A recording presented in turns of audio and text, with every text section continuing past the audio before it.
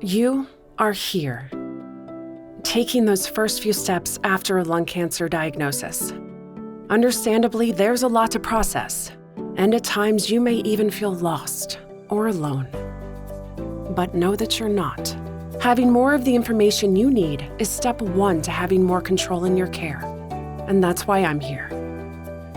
Hi, my name is Anne, and I will be here to educate and guide you through the steps of a lung cancer diagnosis.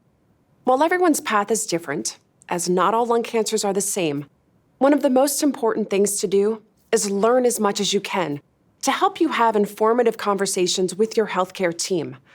We'll talk about several different topics in this video, which you can see in the navigation bar below.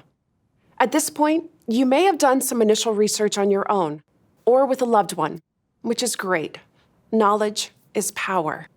But it's important to seek credible sources and to know that the best information is the information that's right for you and the type of lung cancer you have.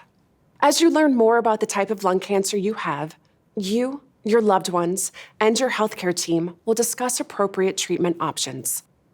You may have a team of several doctors, each with a different role, who will all work together to evaluate the best treatment options. To help guide your personalized care, you're encouraged to discuss your life and treatment goals with your family and friends first.